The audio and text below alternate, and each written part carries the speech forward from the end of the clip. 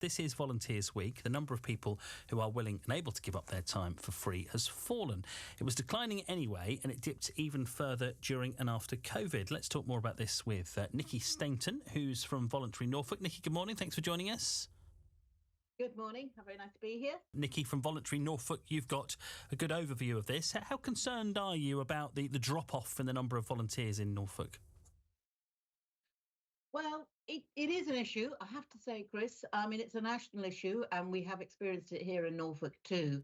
But it's patchy. It's not everywhere. I'm glad to say that there are quite a lot of organisations that have got a really loyal group of volunteers, or they have managed to recruit new ones, and and are doing well. But many organisations, yeah, they are finding it tricky. They're finding that they have to think about who volunteers and how they engage them and how they support them in a different way.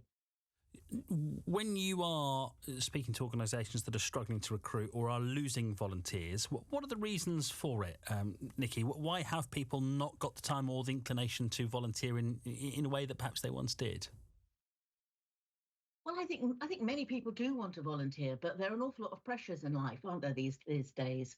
So I think with the cost of living crisis, many people have perhaps had to work extra hours, or sometimes have gone back to work after they've retired.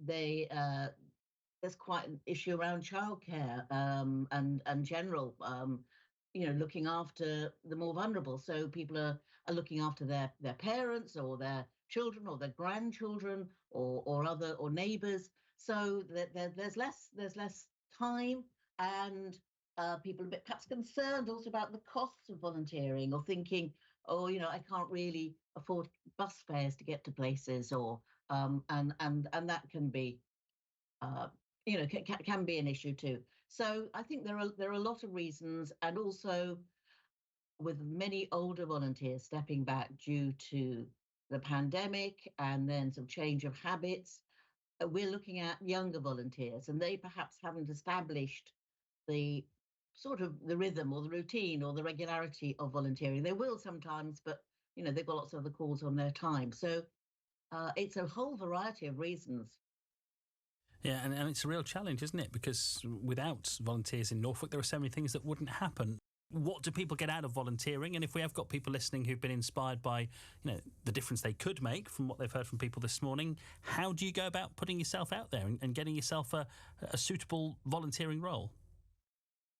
Very good question. And yes, I think people get a huge amount out of it. Your other speakers this morning have been talking about structure to people's lives. It's a reason to get up in the morning and go out. It's a way of meeting people. You get insight into people's lives. You learn skills. You develop soft skills. It increases your confidence, I think, in terms of talking to people and just sort of being in the world. And if you're younger, it might well help you move into work. If you're not sure perhaps what work you want to do, it's a chance of trying things out. If you've been out of work, or you're for health reasons and you want to gradually ease back into work, then volunteering is a brilliant way of doing it, because it's obviously not the same commitment, it's not the same responsibility as moving into paid employment. So it's a brilliant way into work, and for those retiring, it's a way out of the routine of work and sort of taking more control of your everyday, but also having some structure there. So there's so much to be said for it. You make friends, you have fun, hopefully, and you develop your skills. So the way to find out about it, we do have a brilliant website called getinvolvednorfolk.org.uk, and anybody can go on that. And if you look, there are hundreds of different volunteering opportunities all over the county, and you can just browse around and see which ones look interesting for you. Everything from very sort of regular type roles to one-offs.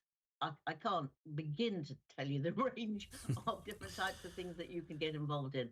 So that is fantastic, and I would urge anybody who's been thinking about it to go and look at that website.